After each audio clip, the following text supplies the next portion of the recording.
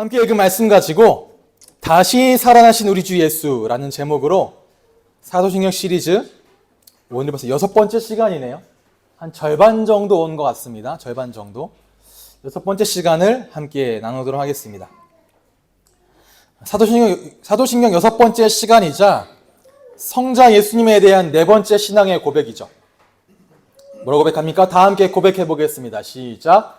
장사된 지 사흘 만에 죽은 자 가운데서 다시 살아나셨습니다. 아멘. 여기서 한 가지 좀 보실 게 사흘 만에라고 하니까 이 사흘 만에라는 거는요, 당시 유대인들이나 헬라인들이 날짜를 세는 기준과 우리나라가 날짜를 세는 기준이 좀 달라요.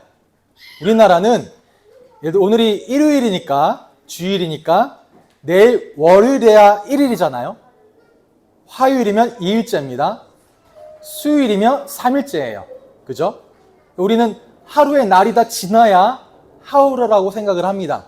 근데 이 편지가 기록된 또는 이 고백을 하는 당시 사회 문화에서는 그 당일을 하루로 쳤습니다.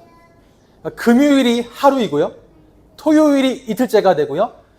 일요일이 3일째가 되는 거예요. 그래서 사흘 만에, 좀 다르게 표현하면 사흘 날째 이렇게 됩니다. 그러니까 사흘 만이라니까 계산이 안 맞잖아요. 목요일부터 목, 금, 토, 일인데 토, 일 이틀 만에 되니까 좀 헷갈리시는데 설명을 드립니다. 사흘 만에라는 이야기에는 그 의미가 담겨져 있다는 것을 그렇게 보시면 됩니다. 금요일, 토요일, 부활, 주일 3일째 되는 날을 얘기를 하는 거죠. 우리가 계속해서 이 사도신경을 살펴보고 있는데 이 사도신경을요, 여러분 가지고 있는 성경책 첫 번째 겉장을 넘긴 다음에 보면 보통 주기도문과 사도신경이 적혀 있죠. 제 성경에도 주기도문과 사도신경이 이렇게 적혀져 있습니다. 각각 한 페이지씩 실려 있고, 개역개정 성경 보통 갖고 계시니까 개역개정 성경 보시면 위에는 개역개정 판본으로, 그리고 아래에는 새번역판 번역본으로 보통 되어져 있습니다. 다 그렇게 되어 있어요. 통일되어 있습니다. 모든 성경 다 이렇게 되도록 주기도문은 한쪽, 사도신경 한쪽, 위에는 개역개정, 아래는 새번역본으로 다 그렇게 되어 있죠. 그리고 여러분 성경을 보시면 새번역판 번역본에 보시면 주기도문도 마찬가지고 사도신경도 마찬가지고 개역개정 판본과는 다르게 여러분 각주가 달려 있습니다. 각주. 각주가 사도신경에 2개가 달려 있는데 1하고 뭐가 되어 있냐? 사도신경 또는 사도신조라고도 번역될 수 있다. 각주가 첫 번째 달려 있고요. 두 번째 각주에 뭐가 달려 있느냐? 이 내용입니다. 장사된 지 옆에 이라고 각주 표시가 되어 있고, 장사되시어 지옥에 내려가신 지가 공인된 원문 포르마 레셉타인이스나 대다수의 본문에는 없다, 이렇게 되어 있습니다. 이게 개역개정과 새번역본으로 넘어오면서 달라진 아주 중요한 내용이에요. 무슨 내용이냐? 즉 우리말 사도신경에는 생략된 표현이 있다라는 거죠. 그래서 오늘 본론으로 들어가기 전에 이 부분을 먼저 살펴보고 넘어가려고 합니다. 물론 이 부분, 장사되시어 지옥에 내려가셨다라고 하는 이 표현이 사실 사도신경 가운데 가장 난해한 구절이에요. 해석하기 어렵습니다. 그래도 다루고자 하는 거는, 왜냐하면 저도 마찬가지고 특히 여러분에게도 마찬가지고 굉장히 생소한 내용이실 거예요. 그래서 한 번은 꼭 짚고 넘어가야 되겠다라는 생각이 들었고, 그렇게 인도받으려고 좀 살펴봤습니다. 이 표현이 우리말 사도신경에는 빠져 있어요. 그런데 라틴어 원문이나 영어 사도신경 번에는 들어가 있습니다. 제가 지금 자료를 빼놨는데 라틴어 원문에는 descended ad inferna라고 해가지고 지옥에 내려가셨다는 표현이 있고요. 영어로는 he descended into hell, 지옥으로 내려가셨다라는 표현이 있습니다. 한번 찾아보세요. 나중에 영어 사도신경이나 라틴어 원문. 그리고 이 내용은 세 번역본으로 넘어오면서 각주로 되어 있다. 그러면 질문될 겁니다. 왜 빠져 있습니까? 우리말 성경에는 영어에도 들어가 있고요, 라틴어에도 들어가 있고요, 또는 천주교에서 말하는 공동 번역본에도 들어가 있습니다. 그런데 왜 빠져 있느냐? 지금 다 말씀드릴 수 없고 나중에 내용을 제가 정리해서 말씀드리도록 할게요. 당시 초창기 우리 기독교 들어왔을 때 이 공인된 성경을 편찬하는 과정 가운데서 빠지게 되었습니다. 이런 이제 지옥에 내려가셨다라고 말하는 걸 보고 뭐라 말하냐? 예수님의 음부, 지옥, 음부 강하, 지옥 강하라고 이야기합니다. 강하는 내려갔다라는 표현이죠. 내려가셨다. 그래서 예수님께서 음부로, 지옥으로 내려가셨다라는 거죠. 성경에 보면 이 교리, 예수님의 지옥 강하, 음부 강하라는 교리를 지지하는 듯한 본문들이 몇 군데 있어요. 근데 많지는 않습니다. 한 5군데 되어지는데, 베드로전서 3장 18절이나 20절, 아니면 베드로전서 4장 6절에 여러분 나중에 찾아보시면 이런 내용이 있으니까 이런 교리가 나왔구나 아마 이해하게 되실 거예요.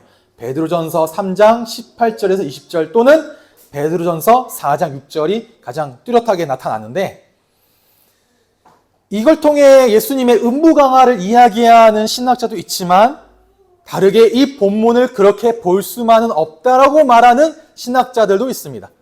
즉 완전히 지지되는 이 교리는 아닌 거예요.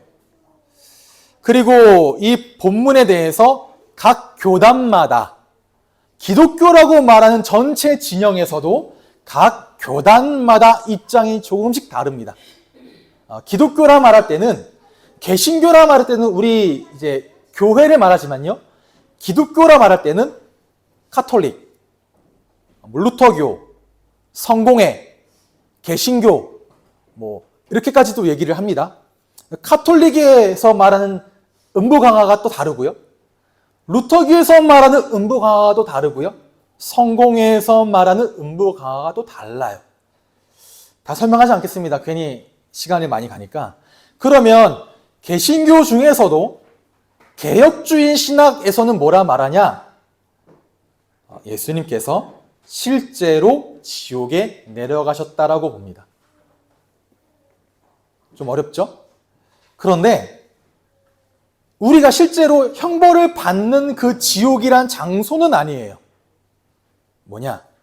예수님이 진짜로 그 지옥에 내려가셨다, 그 지옥에 계셨다, 들어가셨다라고 보기보다는 예수님이 지옥의 형벌을 받으셨다라고 이해를 합니다. 그러니까 지옥의 형벌을 받으셨다. 그래서 지난주에 살펴봤던 것처럼 예수님께서 우리를 위해 십자가에 못 박혀 죽으셨다라고 할 때는 그저 육신적인 죽음으로만 우리의 죄에 대한 대가를 치르셨습니다라고 말하지 않고요, 뭐까지? 여러분의 영혼이 받아야 될 형벌까지도 예수님이 대신 받으셨다라는 거예요.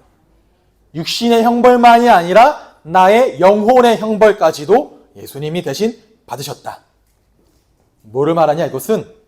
그래서 그리스도의 고난과 그리스도의 죽으심을 통해 우리는 단순히 육신적인 문제에서만 구원을 받는 것에 그치지 않고 영적인 문제, 영혼에 대한 문제까지도 구원을 받는다는 겁니다. 그게 예수님 지옥 강화에 남겨져 있는 의미예요. 이를 두고 여러분 잘 아시는 종교개혁자 잔 칼뱅은 이렇게 말합니다. 기독교 강요에서 이렇게 말합니다. 중요한 점은 그리스도께서 사람들이 보는 앞에서, 십자가를 말하죠, 고난을 당하셨다고 사도신경이 말하고, 그 후에 하나님이 보시는 앞에서 육안으로는 보이지 않고 측량할 수 없는 심판, 즉 지옥의 형벌을 받으셨다는 것을 적절하게 말한다는 것이다. 무엇이? 사도신경이 예수님의 눈에 보이는 고난이 있었고 눈에 보이지 않는 말로 다 할 수 없는 심판을 받으셨다는 것을 적절하게 말하고 있다. 그다음 뭐라 말하냐? 분명히 그의 영혼이 형벌에 참여하지 않았다면 그는 육체만을 위한 구속주로 그쳤을 것이다 라고 말하죠. 즉 예수님이 우리를 위해 지옥의 고통의 형벌까지도 다 받으셨다라고 한다는 것은 예수님의 죽으심이 우리의 전인격적인 어느 한 부분만이 아니라 육체만이 아니라 또는 영혼만이 아니라 그 전인격적인 구원을 완벽하게 이루셨구나를 알게 되어진다는 거죠. 왜? 지옥의 형벌을 받으심으로 육체만이 아니라 영혼의 형벌까지도 받으셨다. 그런데 이 지옥의 고통이 무엇이냐? 여러분, 저번에 말씀드린 것처럼 뭔가 불로 막 뜨겁고 프라이팬에 기름으로 탁탁탁탁 튀기는 것 같은 그런 것이 지옥의 형벌이 아니고요. 지옥의 고통, 지옥의 형벌이란 무엇을 말하냐? 하나님과의 완전한 단절입니다. 완전한 단절이요. 이게 왜 그렇게 고통인데요? 여러분 생각해 보세요. 우리는 이 세상의 모든 것이 하나님의 은총으로 가득 차 있다고 말합니다. 저 빛나는 태양도 하나님의 은총이에요.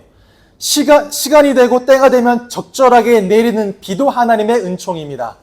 우리 마음에 주시는 평안함도 하나님의 은총이고요. 모든 게 다 하나님의 은총인데 어느 순간 그 모든 것이 단절되어 버리는 거예요. 빛도 평안도 기쁨도 감사도 모든 것이 다 단절되어져 버리는 그것이 어떻게 영원히 그 단절되는 고통을 예수님이 십자가에서 죽으심으로 친히 당하셨다라는 거죠. 저는 그 고백을 뭐로 보느냐? 엘리 엘리 라마 사박다니, 나의 하나님 어찌하여 나를 버리십니까? 그러면서 예수님이 죽으실 때 하늘이 어두워졌다고 합니다. 하나님의 일반 은총이 가려진 거죠. 어느 신학자는 이렇게 표현합니다. 하나님이 예수님에게서 비쳤던 그 얼굴을 돌리셨다. 단절. 왜? 저주가 임했잖아요. 그 사람에게. 저주가 임했으니 하나님과 단절되어지는 상태. 그 고통.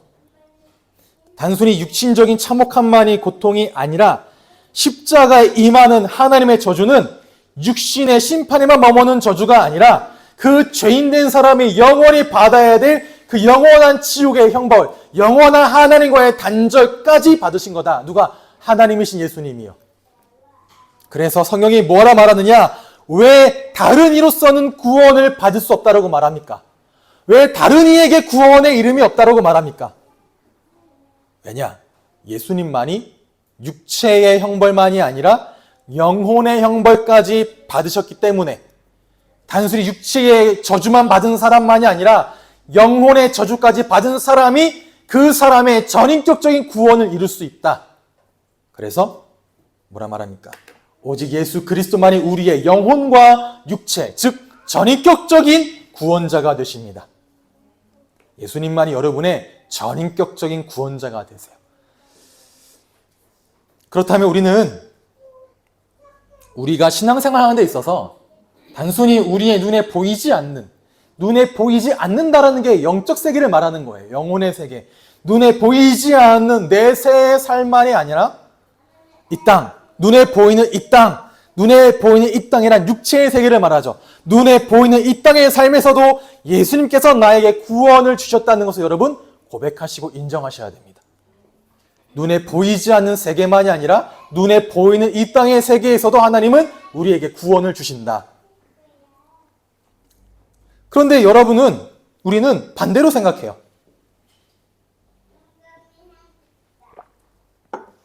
뭐라 생각하느냐? 예수님께서는 우리의 영혼의 문제만을 해결하기 위해 죽으신 거야. 라고. 우리의 영혼의 문제를 해결하기 위하여 십자가에서 돌아가셨다라고 생각하죠. 뭐라고? 나를 지옥에서 건져내기 위해서 예수님이 죽으신 거야 라고만. 아니요. 그렇지 않습니다.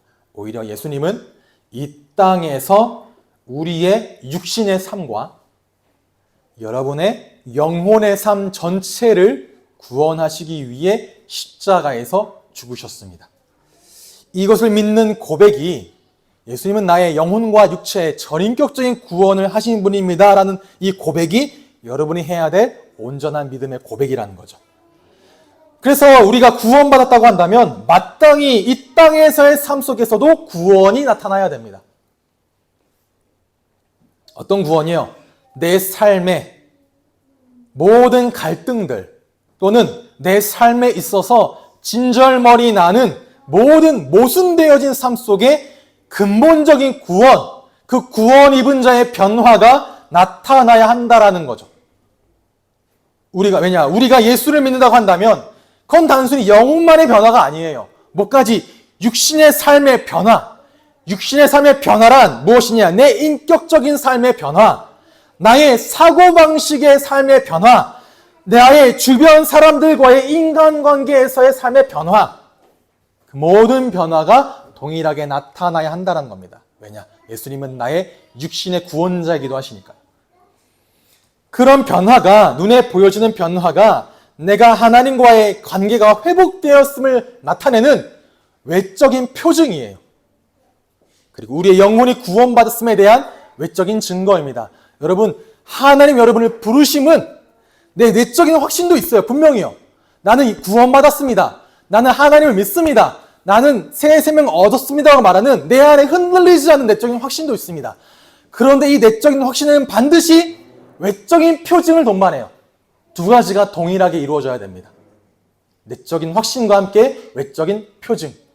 다른 주변 사람들이 너 구원받았구나, 너 예수 믿는구나, 너 예수 믿어서 너의 삶이 변화되었구나라고 말하는 이러한 증거가 우리는 교회 모든 성도님들에게 나타나게 되시기를 주님의 이름으로 축복합니다.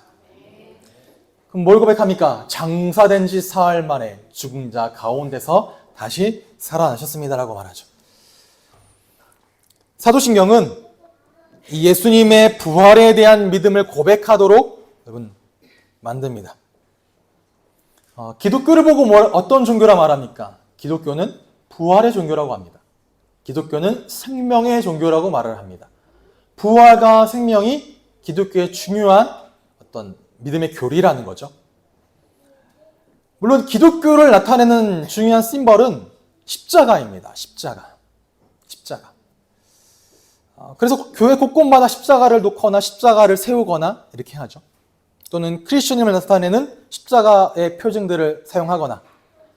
그런데 그 십자가도 정확하게 말하면 여러분 고난받음의 십자가가 아니에요. 어떤 십자가냐? 부활이 들어가 있는, 부활이 내포되어 있는 십자가이기 때문에 그 십자가가 기독교의 상징이 되어지는 겁니다. 그래서 사도 바울이 갈라디아서 6장 14절에 보면 내게는 우리 주 예수 그리스도의 십자가 외에 결코 자랑할 것이 없다고 말합니다. 나는 십자가만 자랑하겠노라고 말해요. 근데 자랑하겠다고 말하는 십자가는요, 죽음과 고난의 십자가를 내가 자랑하겠다는 것이 아니라 무엇을요? 부활의 십자가를 내가 자랑하겠다라는 것입니다. 바울이 왜 십자가를 자랑스러워하느냐? 그건 부활 때문입니다.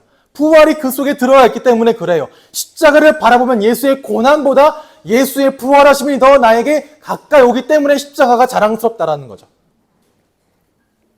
그래서 우리가 가지는 중요한 믿음이 무엇이냐?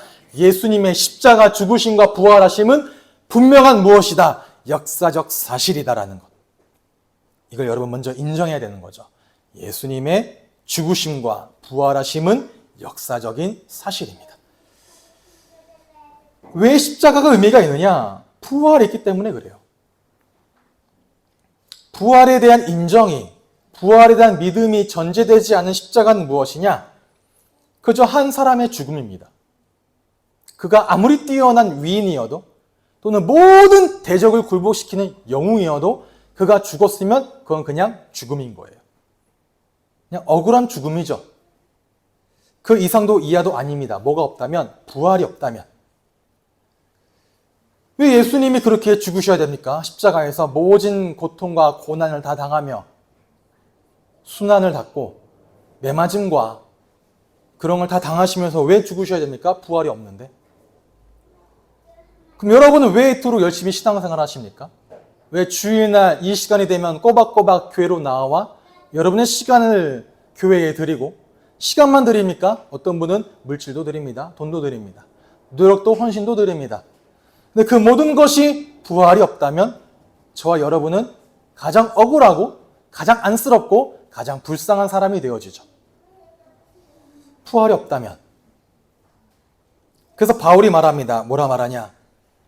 그리스도 안에서 우리가 바라는 것이 이 세상에만 해당되는 것이라면 우리는 모든 사람 가운데 가장 불쌍한 사람일 것입니다. 부활이 없다면 우리는 모든 사람 가운데 가장 불쌍한 사람들이다라고 말하는 거죠.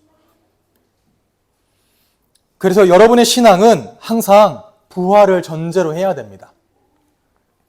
부활이 전제되지 않는 신앙은 사실 아무런 의미가 없어요. 바울도 오늘 말합니다.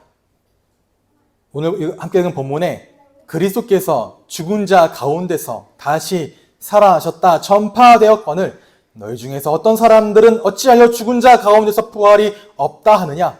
만일 죽은 자의 부활이 없다면 그리스도도 다시 살아나지 못하셨으리라. 그리스도께서 만일 다시 살아나지 못하셨으면 우리가 전파하는 것도 헛것이요 또 너희의 믿음도 헛것이다라고 말하죠. 부활이 없으면 여러분의 전도함도 헛것이요 여러분의 믿음도 거짓입니다. 헛것입니다. 안쓰러워지는 거예요. 가장 불쌍한 사람이 되어지는 거죠.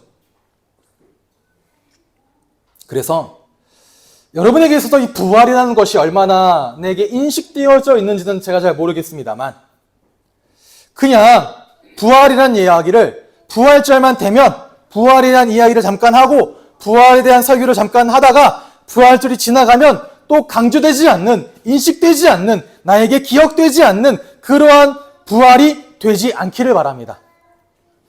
신앙생활을 하면서 내가 부활에 대해서 얼마나 인식하고 있는지 매 순간순간 살아갈 때마다 여기에 대한 질문을 던질 필요가 있다는 거죠.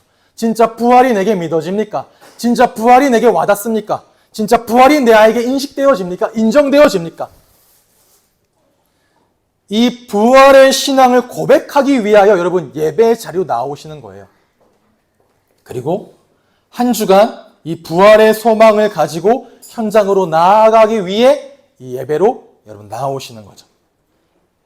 그래서 다시 말씀드립니다. 여러분의 신앙은 항상 부활이 전제되어 있는 부활 신앙이어야만 됩니다. 그러므로 이 부활이 아예 없다면 우리의 신앙은 아무 의미가 없다라는 거죠. 부활이 없다면 우리의 신앙은 아무런 의미가 없기 때문에 여러분의 믿음을 무너뜨리려고 하는 모든 대적들은 뭘 건드리느냐? 딱 한 가지, 부활이에요. 부활을 잊어버리도록, 부활의 소망을 살지 않도록, 부활을 부정하도록, 부활을 믿음으로 고백하지 못하도록 무너뜨리려고 하죠. 이 부활 신앙을 자꾸 축소시키려고 합니다. 어디 안에? 교회 안에, 성도의 신앙 안에, 성도의 삶 안에. 저도 그런 것 같아요. 설교를 할 때 얼마나 부활을 강조하고 고백하고 있는가. 십자가는 이야기하는데 부활을 이야기하는 십자가는 사실은 반쪽짜리겠죠. 신앙을 이야기하는데 부활에 대한 감격이 들어가 있지 않는다면 또한 부족한 것이겠죠. 부활이 없다면 여러분의 신앙은 헛것입니다. 여러분의 신앙생활도 헛것입니다. 그냥 무너지게 되어 있습니다. 그래서 부활에 대한 다양한 공격들이 초대교회 때부터 지금까지 존재합니다. 들어보셨죠? 기절설.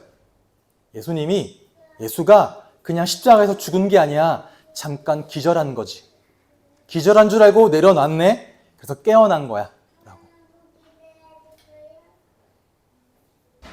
반박할 수 있습니다. 예수님은 십자가에서 모든 물과 피를 쏟았다고 말합니다.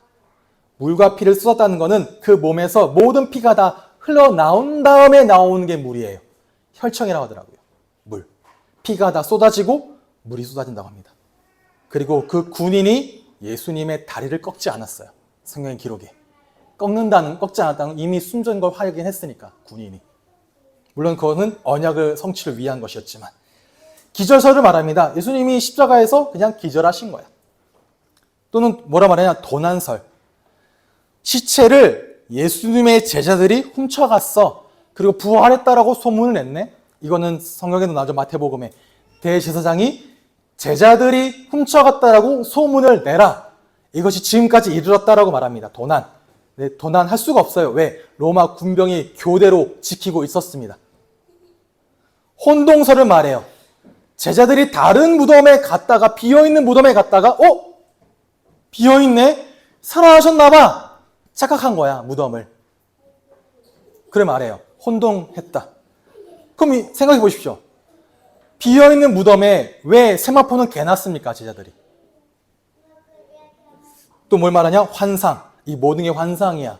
다 영적인 세계에서 일어난 개념이야. 십자가 죽음은. 부활도 마찬가지고. 이렇게 네 가지 등등을 통해서 부활이 거짓이다. 부활이 사실이 아니야. 부활은 그냥 개념이지라고 말하는 많은 공격이 역사 속에서 계속 끊임없이 이루어져 왔습니다. 그런데 뭐 할 수 없느냐? 양보할 수 없어요. 뭐만큼은? 부활만큼은. 왜냐? 이 부활은 여러분의 구원과 직결되어집니다. 내 구원과 직결되어져요. 뭐라 말하냐? 로마서 10장 9절에 다 함께 읽어보도록 하겠습니다. 시작.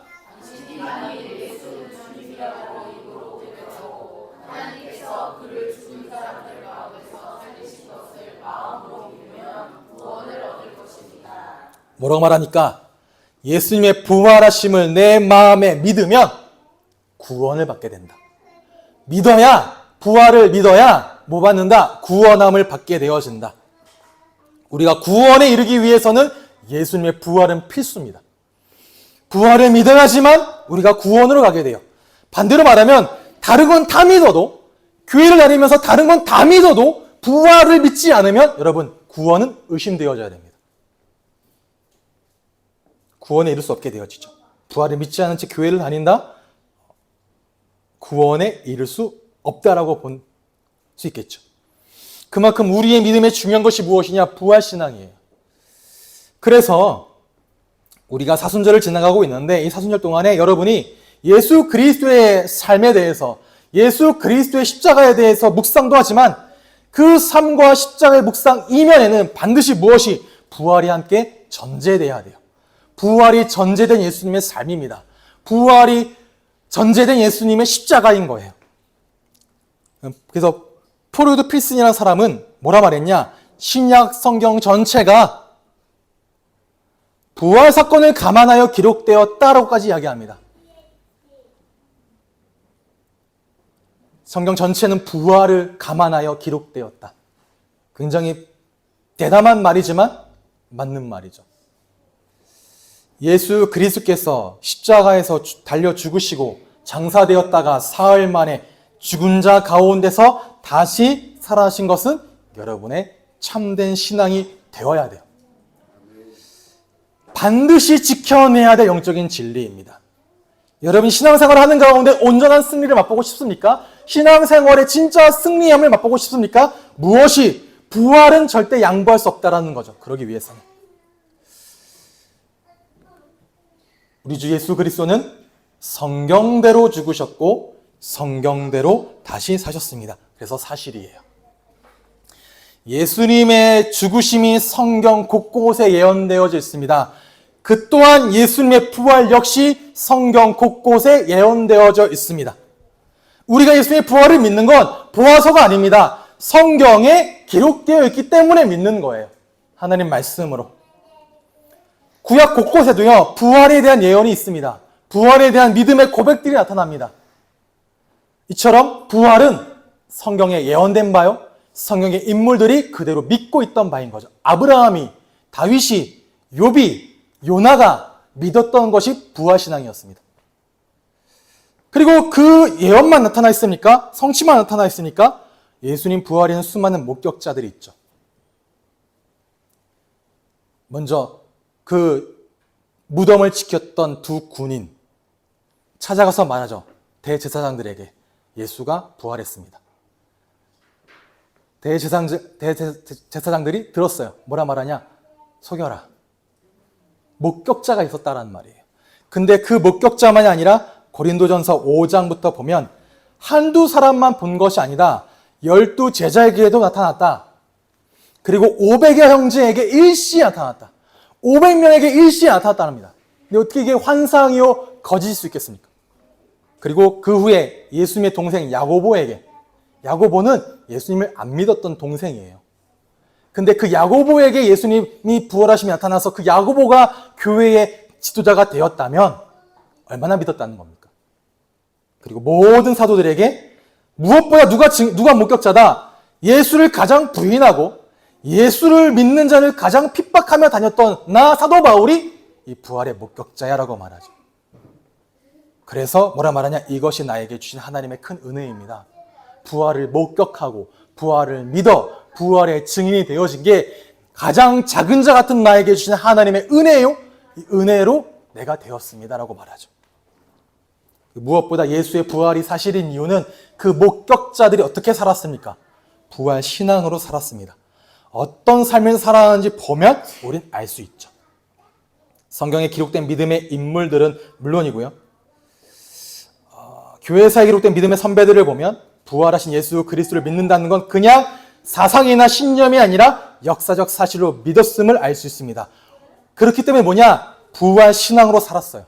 부활의 영향을 입히며 살았습니다. 그 부활이 그 자신을 바꿨고 그 부활을 믿음으로 나아가 다른 사람들의 삶을 바꿨습니다. 그리고 무엇보다 중요한 것은 여러분이 이미 부활을 경험한 자들이라는 거예요. 여러분 이미 부활의 목격자들입니다. 성경은 우리의 중생, 거듭남이란 관점을 부활의 관점에서 바라봅니다. 에베소 2장에 보면 여러분의 사망에 대해서 분명히 선포합니다. 뭐라고요? 여러분도 전에는 허물과 죄로 죽었던 사람들입니다. 죽었다고요. 여러분 모두가 허물과 죄로 죽었다. 그런데 4절에 뭐라 말하냐? 그러나 하나님은 자비가 넘치는 분이셔서 우리를 사랑하신 그 크신 사랑으로 말미암아 범죄로 죽은 우리를 그리스도와 함께 다시 살려주셨습니다. 죽었던 우리를 살려주셨다라고 말하죠. 여러분이 은혜로 구원을 받았습니다. 죽었다. 그러나 다시 살리셨다라고. 그래서 하이델베르크 교리문답 45문답에 보면 이렇게 말합니다. 그리스도의 부활은 우리에게 어떤 유익을 줍니까? 라고. 첫째, 그리스도는 부활로서 죽음을 이기셨으며 죽으심으로써 얻으신 의에 우리로 참여하게 하십니다.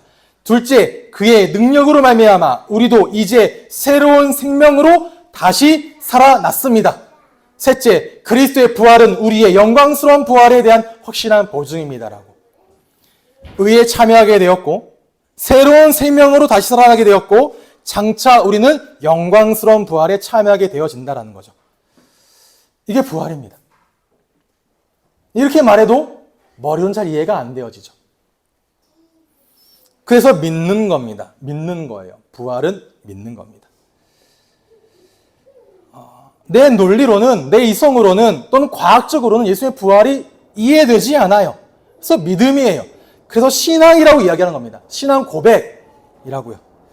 여기서 중요한 건 믿음은 단순히 지적인 동의가 아니에요. 그래요, 인정합니다, 부활. 나 인정해요, 알아요, 역사적 사실이에요. 그건 뭐가 아니다? 믿음이 아니다. 여러분이 어떠한 사실에 대해서 내가 인정한다라고 해서 그것이 나의 믿음이다라고 생각하지 말라는 겁니다. 그건 믿음이 아닙니다. 믿음은 무엇이냐? 지난주 말씀드렸죠. 믿음은 현실입니다. 믿음은 현실이에요. 그래서 믿음은, 신앙은 그 말씀이, 그 사건이, 그 사실이 내 삶을 변화시키는 거기까지 가는 게 믿음이에요.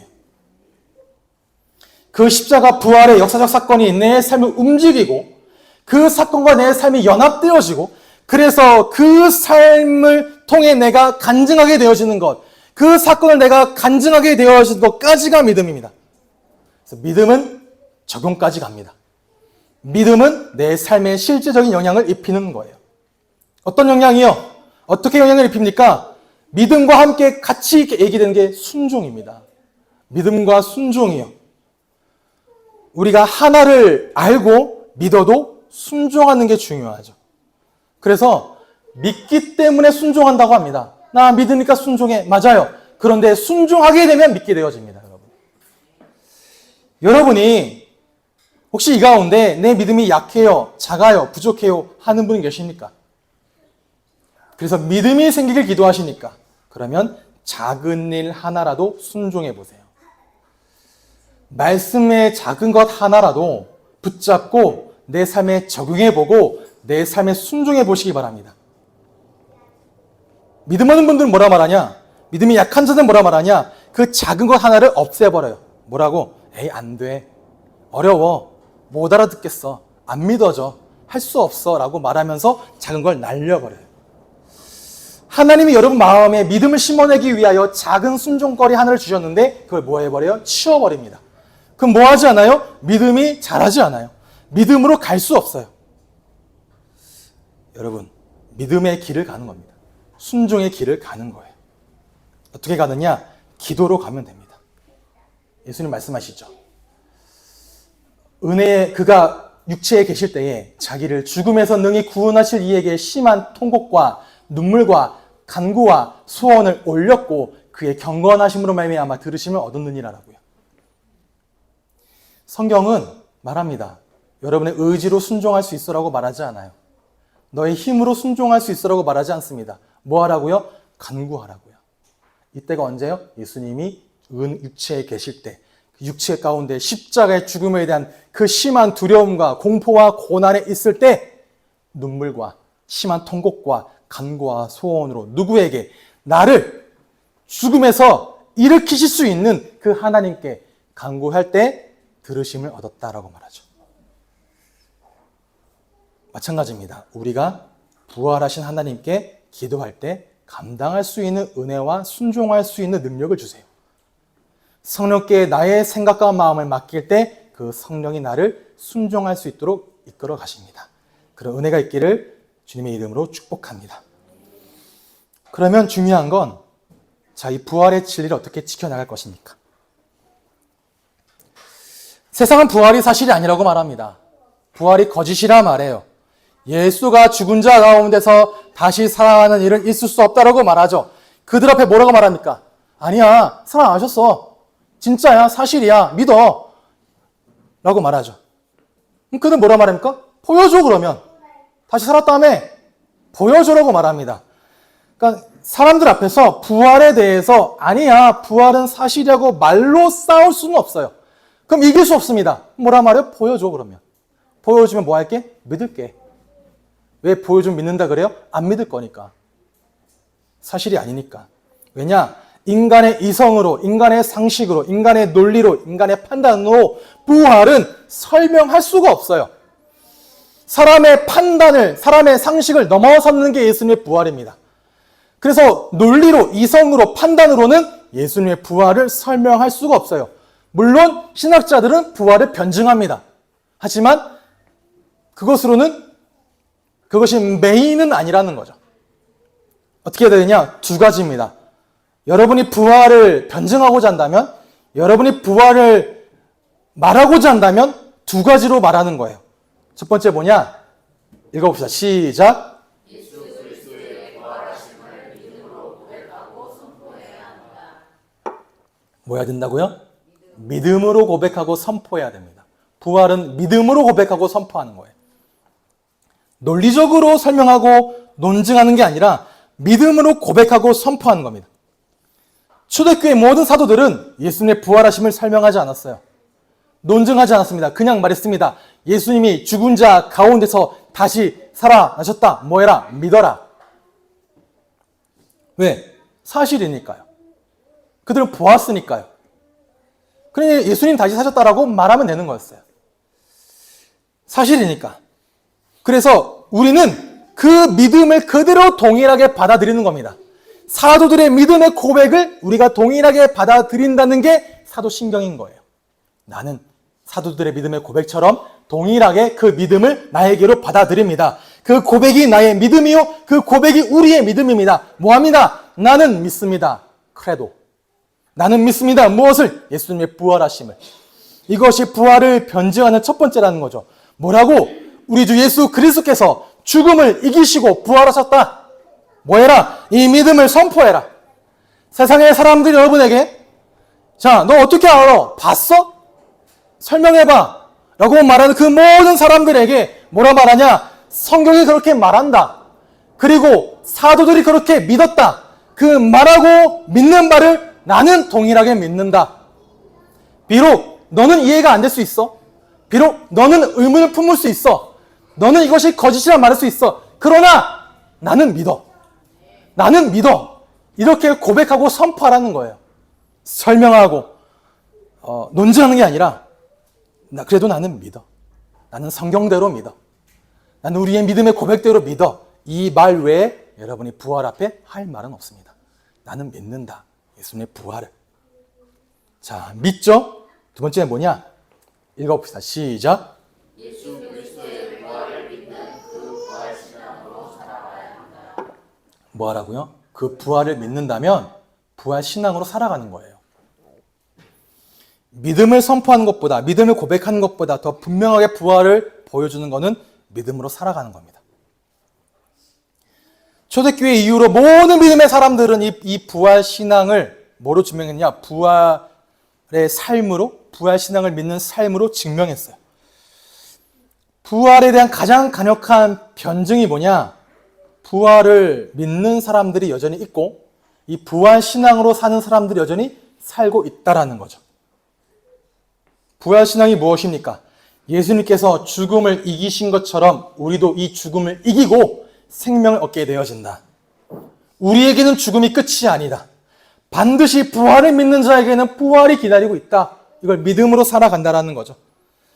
그래서 이 부활을 믿는 자는 이 세상을 살아가야 뭘 얻느냐? 소망을 얻게 되어집니다. 이 땅의 삶이 우리에게 끝이 아니에요. 뭐가 기다리냐? 장차 부활하신 주님과 함께할 그 날이 기다리고 있습니다. 그리고 부활하신 주님이 지금 우리와 함께하고 계십니다. 부활하신 주님이 지금 우리와 함께 하실 때에 우리의 삶을 통해 그 살아계심을 나타내시고 장차 우리가 그 날에 만나게 될 때 우리 뭐하냐? 잘하였다. 잘 살았다. 칭찬하고 우리를 안아주신다는 거죠. 그 날이 기다리고 있음이 우리에게 소망이 되어집니다. 어떻게 여러분의 마음이 실패했던 마음이 다시 할 수 있다라는 충만한 마음으로 바뀌어질 수 있습니까? 어떻게 나의 낙심했던 마음이 다시 일어나게 되어지고 어떻게 나의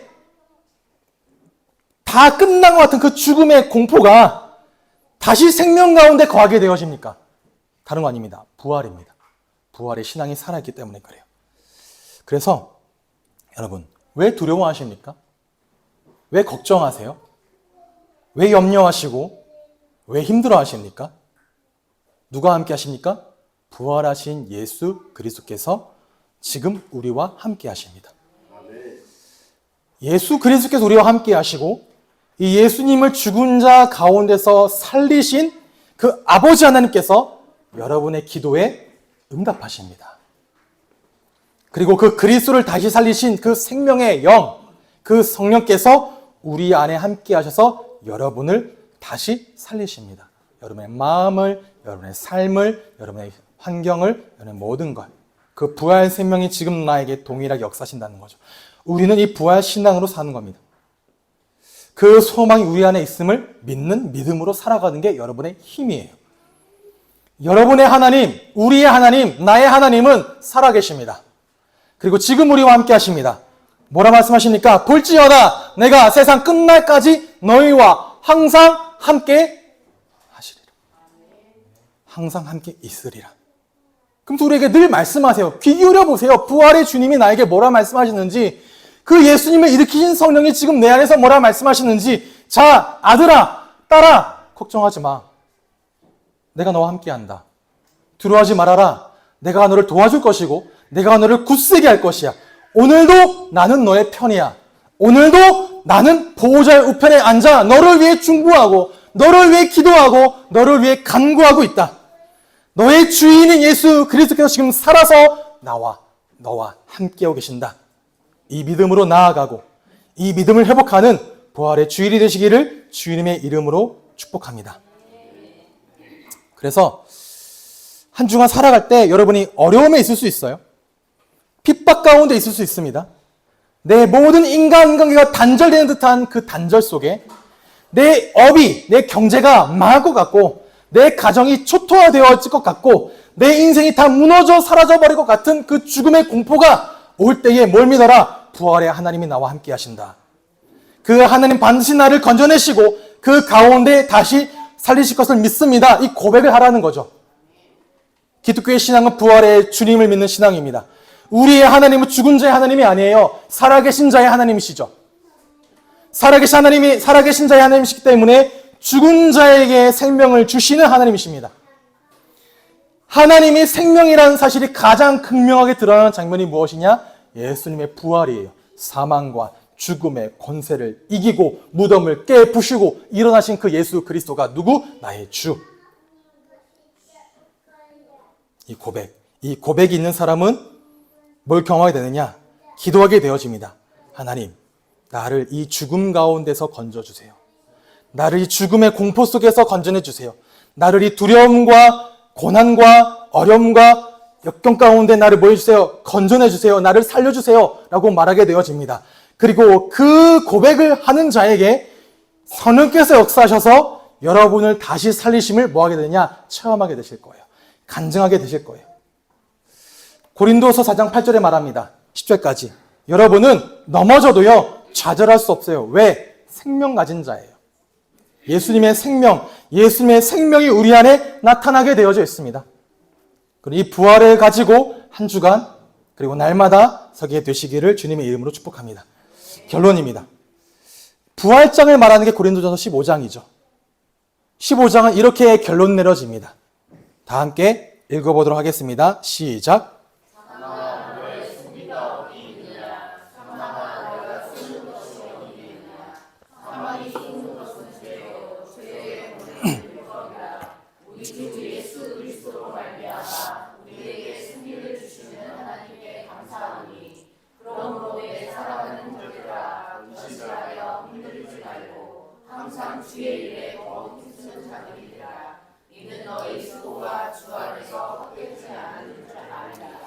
아멘.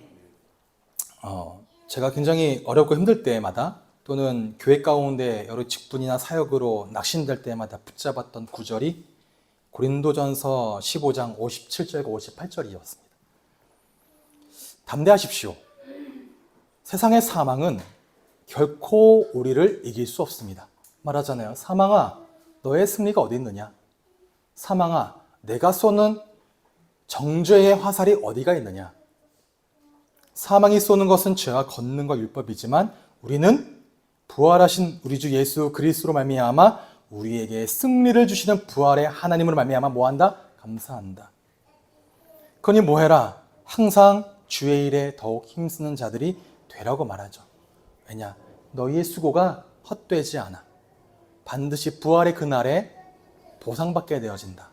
보응받게 되어진다. 그러니 뭐해? 견실해라. 흔들리지 말아라 라고 말하죠. 여러분이 여러분의 개인을, 여러분의 가정을, 여러분 주위에 있는 사람들을 하나님 나라의 사람으로 세우고 그 하나님 나라 안으로 많은 사람들을 이끌어내는 그 모든 것들, 여러분이 그들을 믿음 안에 세우기 위해 행하는 그 모든 일들은 하나도 헛되지 않습니다. 반드시 모든 일들은 부활이 있기 때문에 의미가 있게 되어집니다. 그래서 새롭게 시작되어지는 한 주간 이 부활신앙을 가지고 예수 부활의 증인으로 살아가시는 은혜가 있기를 주님의 이름으로 축복합니다.